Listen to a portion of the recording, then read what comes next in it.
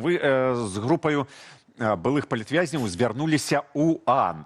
Гэта азначае, што вы верыце ў ААН, і раскажыце, у чым сутнасць гэтага звароту і пачму менавіта ААН? Ну, па-першае, сутнасць звароту ў тым, што артыкул 411 беларускага крымінальнага кодексу «Злоснае непадпарадкаванне» азначае практычна бясконцы канвеер зняволення для любога чалавека ў Беларусі, ну і найперш палітычнага. За апошнія гады гэты артыкул стаў практычна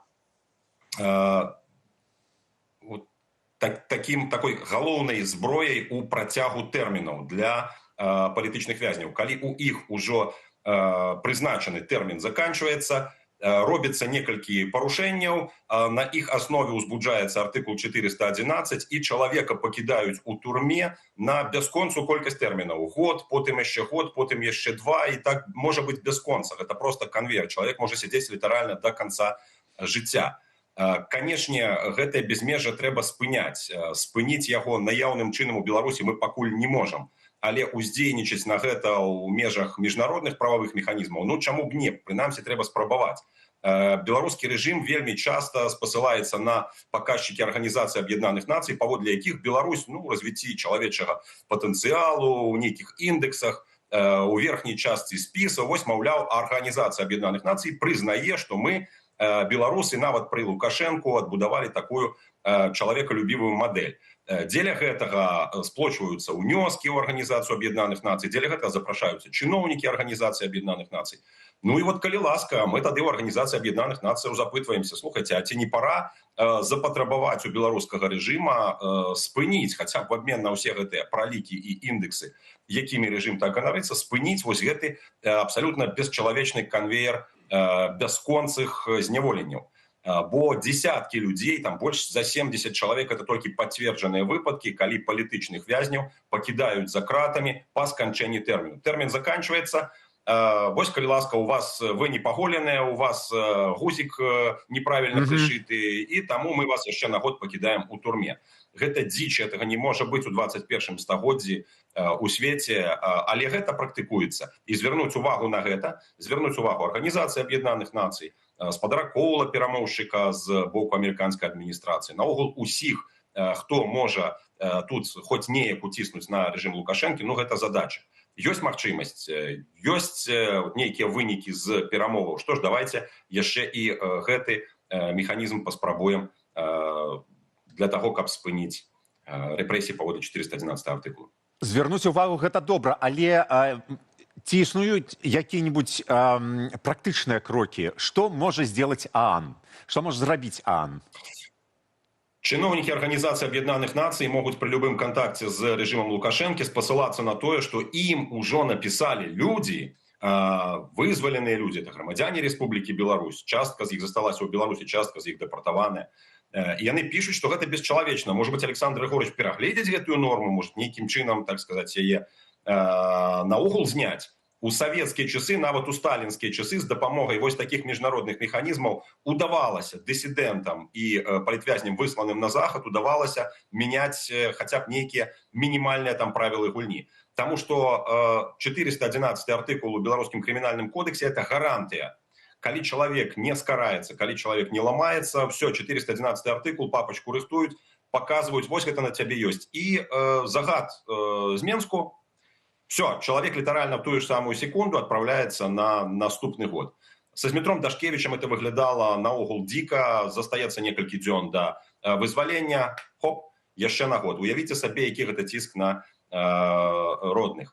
Гэта ўсё разумеюць людзі, да якіх даходзіць інфармацыя. В Арганізацыі Аб'яднаных Нацый, я думаю, што звернуць увагу на гэта. Я думаю, што дойдзе гэта і да перамоўшчыкаў з боку Амерыкі, і дзе-небудзь за сталом перамоваў прагучыць такая ідэя. Александр Григорьевич, ну, может быть, пора вот спыніць гэтае барбарства, гэтае вар'яцтва, гэты бясконцы канвеер. Тым больш, што ўсе ў адзін голас кажуць, ну, нельга вызваляць па 100, па 200 чалавек і тут жа саджаць па 200-300. Альбо затрымліваць у турме тых, хто адбыў свой тэрмін. Гэта ні ў якія брамы не лезе.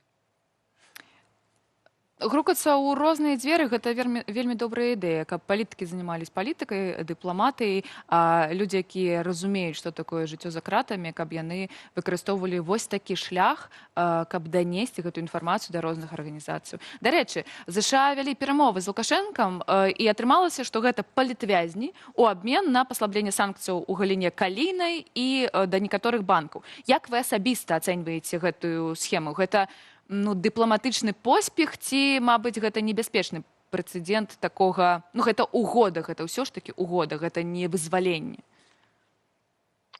Тут ёсць два бакі медаля. З аднаго боку вялікая падзяка адміністрацыі Трампа за тое, што яны гэтыя перамовы наогул вядуць і за тое, што сотні палітвязняў маюць магчымасць абняць свае сем'і.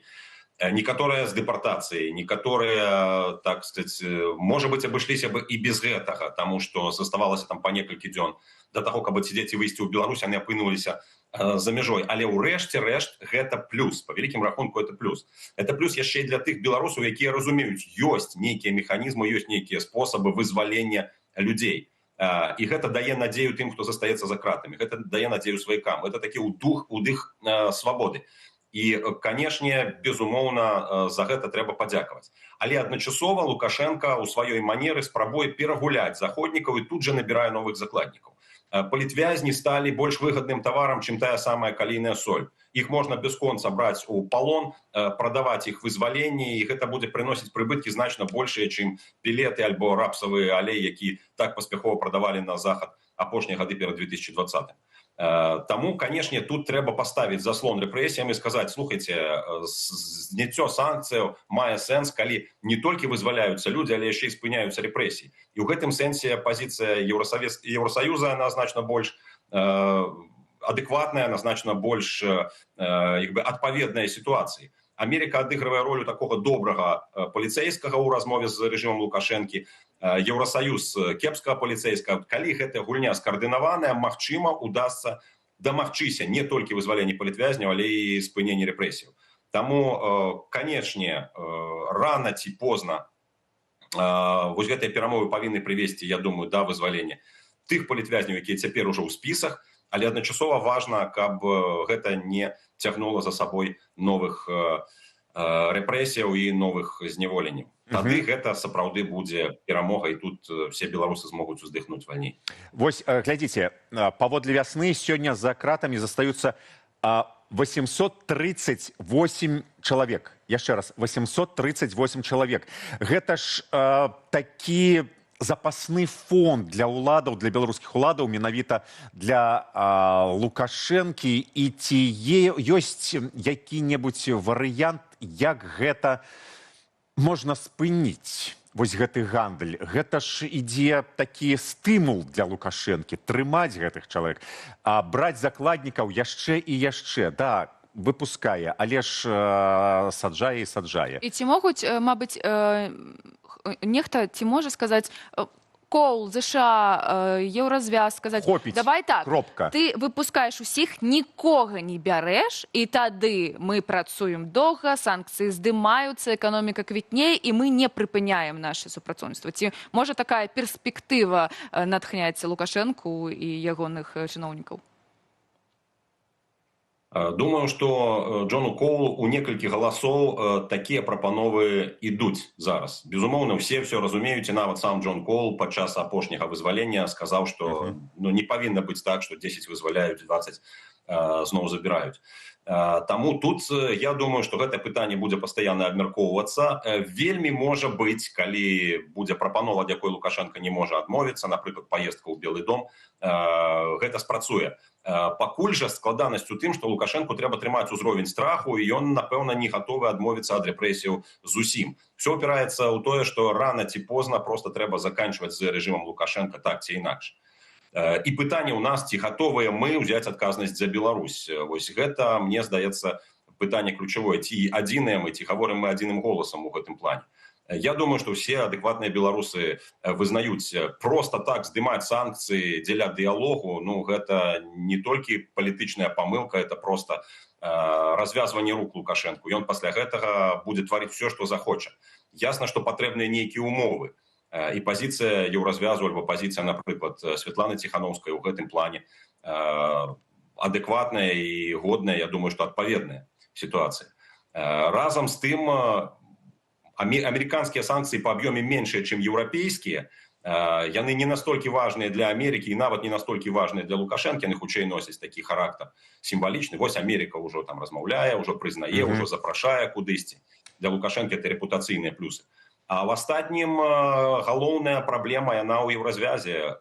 Калійны транзіт еўразвяз, асноўныя блокі у эканоміцы яны з боку еўразвяза. Таму Лукашэнку чакаюць цяжкія перамовы з еўразвязам. І Коул тут толькі прабівае вось гэтую дарогу. Дарэчы, нейкае пацяпленне яны імітуюць Лукашенко. Вось Анджэя Пачобута вызвалілі, абмянялі, дарэчы, і гэта нібыта пацяпленне з Польшай. З літоўцамі яны спрабуюць працаваць. З США перамовы ідуць. Вы бачылі шмат хваляў, вы ўдзельнік актыўны хваляў змагання беларусаў за сваю годнасць, за сваю волю.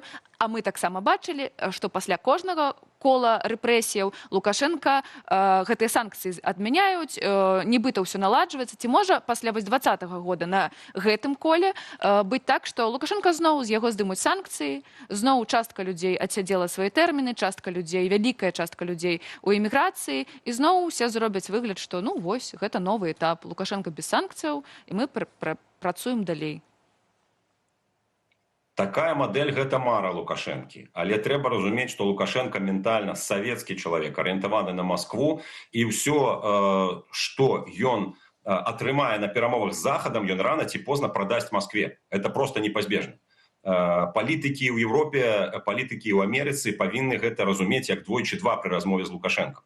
І тут трэба ставіць ў такое становішча, калі ён проста не можа адмовіцца, калі ён проста прыпёрты да стенкі. І вось у гэтым плане, канешне, персанальныя санкцыі альбо санкцыі супраць тых, хто распачынае і падтрымлівае вайну ў Украіне, это тое, што павінен рабіць, напэўна, заходні свет без ніякіх там просьбаў ці ніякіх там заклікаў.